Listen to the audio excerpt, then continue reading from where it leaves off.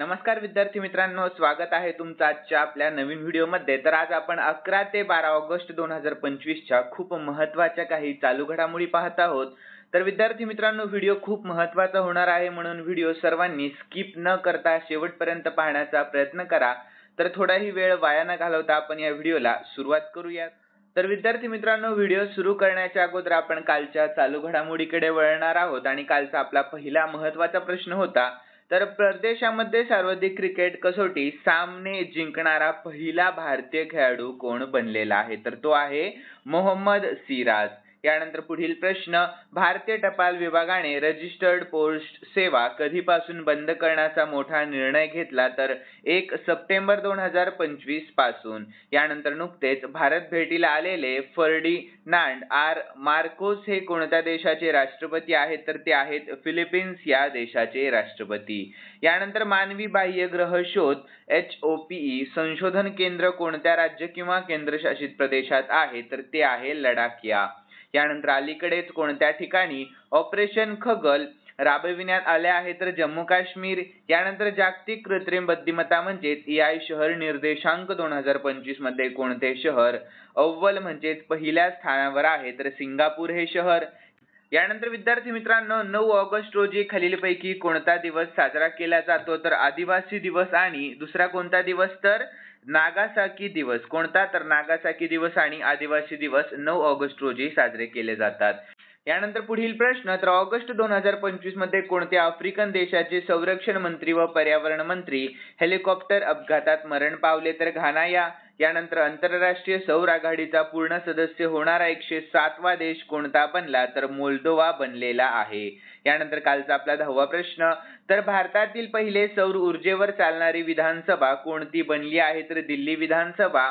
आणि एक प्रश्न आपण एक्स्ट्रा घेतला होता, तर शाश्वत शेती दिवस कधी साजरा केला जातो? तर तो 7 ऑगस्ट रोजी साजरा केला जातो। यानंतर विद्यार्थी मित्रांनो, आपण 11 ते 12 ऑगस्ट दरम्यानच्या खूप महत्त्वाच्या चालू घडामोडी पाहणार आहोत। तर यामध्ये आपण 15 प्रश्न घेतलेले आहेत। किती? तर 15 प्रश्न। तर पहिला प्रश्न आहे, इंडसइंड बँकेचे MD आणि CEO म्हणून कोणाची नियुक्ती करण्यात आली? तर याचे योग्य उत्तर आहे ऑप्शन बी, राजीव आनंद यांची नियुक्ती करण्यात आलेली आहे। तर याविषयी महत्त्वाची माहिती पाहूयात।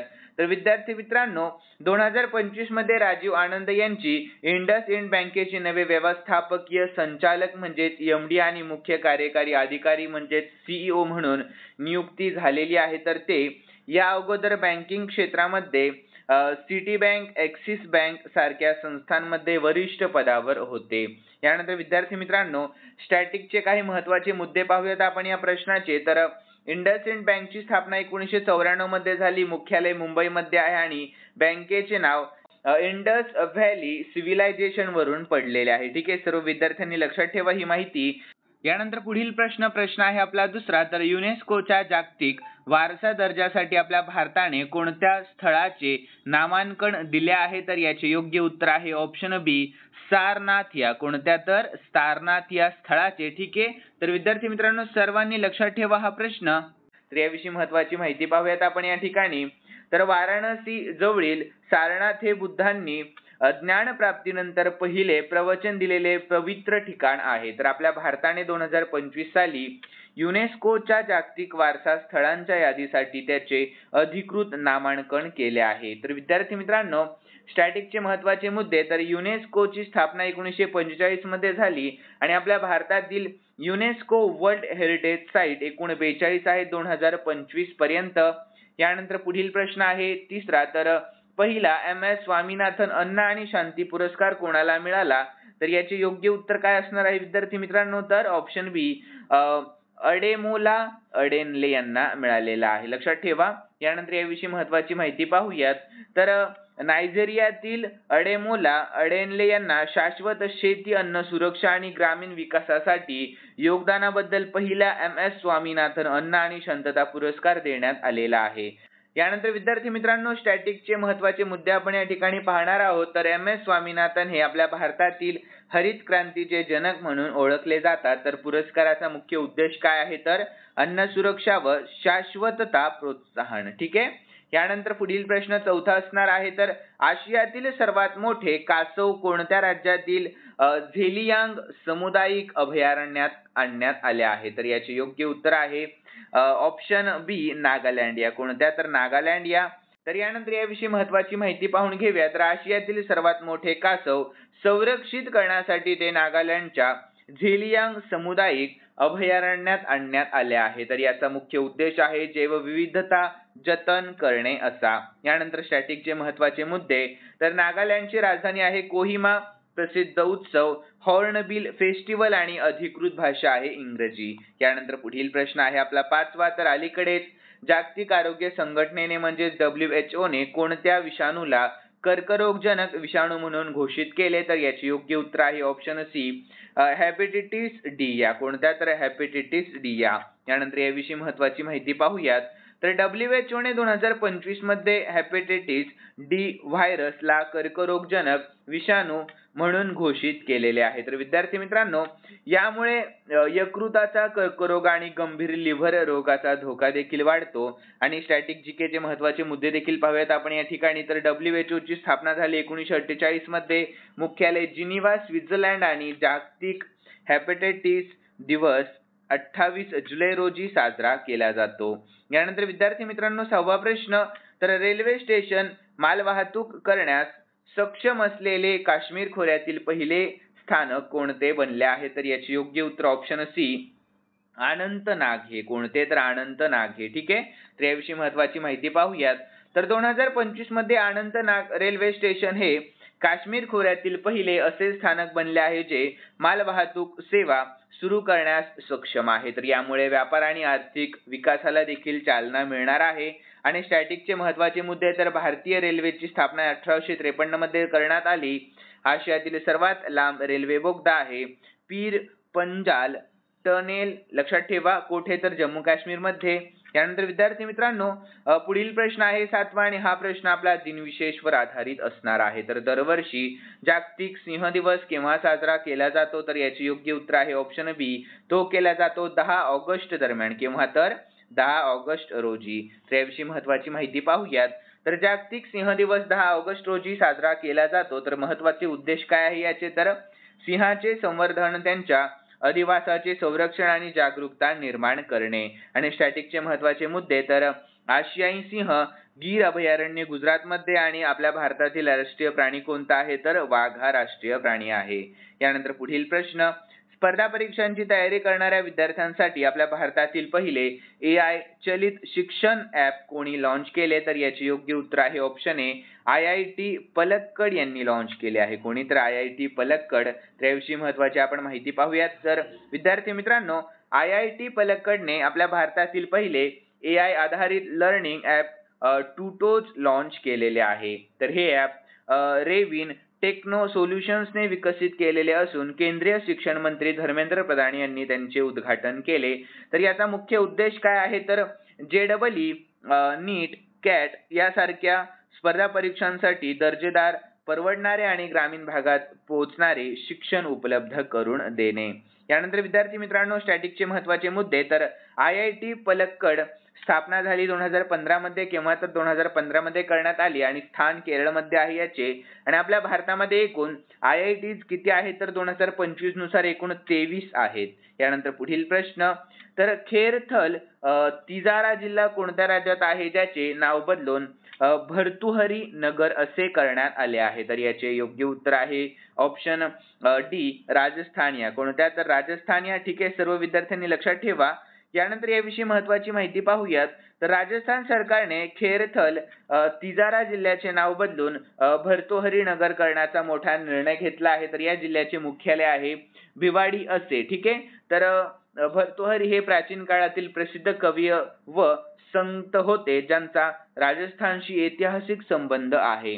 तर हा बदल सांस्कृतिक वारसा जपण्यासाठी आणि स्थानिक लोकांच्या भावनांचा आदर करण्यासाठी करण्यात आलेला आहे. यानंतर पुढील प्रश्न आहे आपला 10वा. तर आंतरराष्ट्रीय विस्लाव मॅनियाक मेमोरियल इव्हेंट मध्ये नुकतेच कोणी सुवर्ण पदक जिंकलेले आहे? तर याचे योग्य उत्तर आहे ऑप्शन ए, अणू राणी यांनी जिंकले आहे. कोणी? तर अणू राणी यांनी. तर याविषयी आपण महत्त्वाची माहिती पाहूयात. तर पोलंड येथे झालेल्या आंतरराष्ट्रीय विस्लाव मॅनियाक मेमोरियल स्पर्धेमध्ये महिला भालाफेक प्रकारामध्ये भारताची अणू राणीने सुवर्ण पदक नुकतेच जिंकले आहे.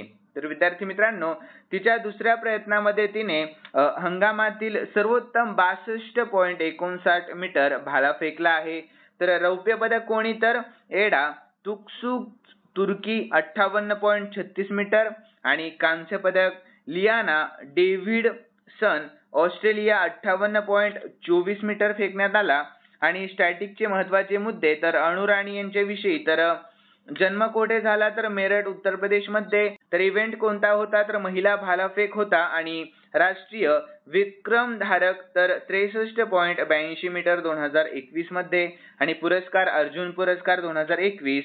यानंतर पुढील प्रश्न आहे 11वा. तर क्षमता बांधणी आयोगाचे अध्यक्ष म्हणून कोणाची नियुक्ती करण्यात आली? तर याचे योग्य उत्तर आहे ऑप्शन ए, श्रीमती एस राधा चौहान यांची नियुक्ती करण्यात आली आहे. कोणाची? तर श्रीमती एस राधा चौहान यांची.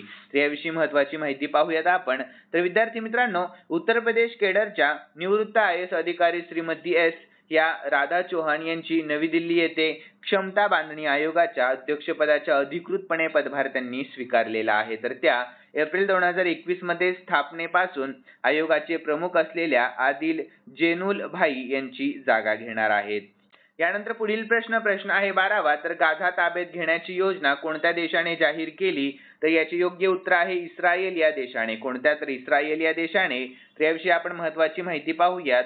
तर इस्रायलचे सध्याचे पंतप्रधान बेंजामिन नेतान्याहू यांच्या कार्यालयाने जाहीर केलेले इस्रायली सुरक्षा मंत्रिमंडळाने गाझा शहर ताब्यात घेण्याच्या योजनेला मान्यता दिली आहे. तर हे पाऊल आंतरराष्ट्रीय चिंता देशांतर्गत विरोध आणि आधीच चालू असलेल्या मानवीय संकटाच्या पार्श्वभूमीवर उचलले गेले आहे. तर UN मानवाधिकार प्रमुख वोल्कर तुर्क यांनी या योजनेला ताबडतोब थांबविण्याचे आवाहन केलेले आहे. तर मानवी प्रभाव पाहूयात आपण याचा. तर युद्धामुळे आधीच 61,000 पेक्षा जास्त पॅलेस्टिनी मृत्युमुखी, सुमारे 75% लोकसंख्या विस्थापित आणि गाझामध्ये प्रचंड विनाश देखील होतोय. यानंतर स्टॅटिकचे महत्त्वाचे मुद्दे पाहूयात आपण इस्रायलचे. तर इस्रायलची राजधानी आहे येरुसलेम आणि चलन आहे शेकेल आणि सध्याचे पंतप्रधान बेंजामिन नेतान्याहू. यानंतर पुढील प्रश्न आहे आपला 13वा. तर सर्वोच्च न्यायालयाने कोणत्या हिल स्टेशन मध्ये हात रिक्षावर बंदी घातली? तर याचे योग्य उत्तर आहे ऑप्शन डी, माथेरान महाराष्ट्र. कोणत्या? तर माथेरान महाराष्ट्र. तर याविषयी महत्त्वाची माहिती पाहूयात. तर सर्वोच्च न्यायालयाने हात रिक्षाची प्रथा अमानवी असल्याचे नमूद करत ती बंद करण्याचे आदेश दिले आहेत. तर आता याऐवजी ई रिक्षा वापरण्याचे निर्देश देखील दिले गेले आहेत.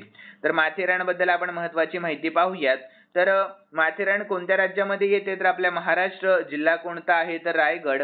आणि मुंबई पासून अंतर किती आहे? तर 90 किलोमीटर. आणि पुण्यापासून अंतर आहे 120 किलोमीटर. आणि या नावाचा अर्थ काय होतो? तर पर्वतांच्या कपाळावरचे जंगल. ठीक आहे. यानंतर आपल्या भारतातील सर्वात लहान हिल स्टेशन पैकी एक आहे हे.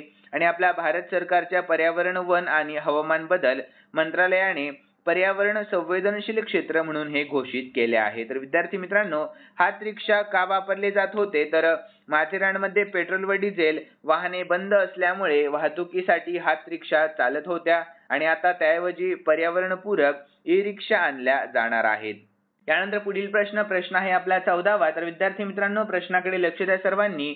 तर काबा यानोने अलीकडेच आफ्रिकेतील सर्वोच्च शिखर माउंट किलिमंजारो सर केले आहे. तर तो कोणत्या राज्यातील गिर्यारोहक आहे? तर याचे योग्य उत्तर आहे ऑप्शन डी, अरुणाचल प्रदेश या. कोणत्या? तर अरुणाचल प्रदेश या. तर याविषयी महत्त्वाची माहिती पाहूयात. तर अरुणाचल प्रदेशच्या गिर्यारोहक काबा यानो याने अलीकडेच आफ्रिकेतील सर्वोच्च शिखर माउंट किलिमंजारो यशस्वीरित्या सर केले आहे. तर माउंट किलिमंजारो विषयी महत्त्वाची माहिती. तर स्थान टांझानिया आफ्रिकामध्ये आहे आणि उंची आहे 5895 मीटर म्हणजेच 19,341 फूट. तर याचे वैशिष्ट्य आहे आफ्रिकेतील सर्वात उंच शिखर आणि जगातील सर्वात उंच स्वातंत्र्य पर्वत. ठीक आहे, म्हणजेच काय तर फ्री स्टँडिंग माउंटेन. यानंतर किलिमंजारो बद्दल रोचक तथ्य आपण या ठिकाणी पाहून घेऊयात.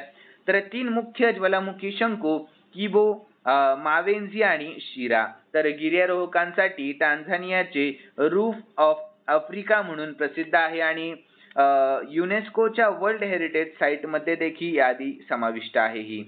यानंतर पुढील प्रश्न आहे आपला 15वा. तर खालीलपैकी कोणाची अलीकडेच ब्रॉडकास्ट ऑडियन्स रिसर्च काउन्सिल म्हणजेच BARC इंडियाचे नवे अध्यक्ष म्हणून नियुक्ती करण्यात आली आहे. तर याचे योग्य उत्तर आहे ऑप्शन डी, गौरव बनर्जी यांची. कोणाची? तर गौरव बनर्जी. तर याविषयी महत्त्वाची माहिती पाहूयात.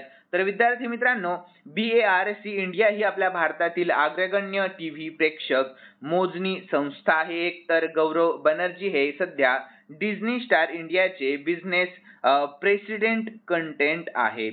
तर त्यांनी शशी सिन्हा यांची जागा घेतली आहे. तर यानंतर BARC इंडिया बद्दल महत्त्वाची माहिती पाहूयात आपण या ठिकाणी. तर स्थापना झाली 2010 मध्ये, मुख्यालय मुंबईमध्ये आहे आणि कार्य काय आहे यांचे? तर टेलिव्हिजन चॅनल्स वरील प्रेक्षक संख्या म्हणजे TRP मोजणी व विश्लेषण करणे. आणि भागीदार संस्था आहे भारतीय ब्रॉडकास्टिंग फाउंडेशन म्हणजेच IBF आणि advertising agencies association of India म्हणजे AAAI आणि इंडियन सोसायटी ऑफ ॲडव्हर्टायझर्स. ठीक आहे, लक्षात ठेवा, म्हणजेच ISA. यानंतर विद्यार्थी मित्रांनो, खालील प्रश्न मी स्पेशली तुमच्यासाठी ठेवलेला आहे आणि हा प्रश्न आपण मागील झालेल्या चालू घडामोडीमध्ये पाहिला होता. ज्या ज्या विद्यार्थ्यांना या प्रश्नाचे उत्तर येत असेल त्या सर्व विद्यार्थ्यांनी कॉमेंट बॉक्समध्ये उत्तर सांगण्याचा प्रयत्न करायचा आहे. तर प्रश्न असा आहे, अलीकडेच कोणत्या ठिकाणी ऑपरेशन खगल राबविण्यात आले आहे? तर याचे योग्य उत्तर तुम्हाला आपल्या कॉमेंट बॉक्समध्ये सांगायचं आहे. ठीक आहे विद्यार्थी मित्रांनो, आणि तुम्हाला जर आजचा आपला हा व्हिडिओ आवडलेला असेल, नक्कीच सर्वांनी या व्हिडिओला लाईक करा आणि सबस्क्राईब करायला देखील अजिबात विसरायचं नाहीये. तर चला भेटूयात नवीन व्हिडिओमध्ये. धन्यवाद.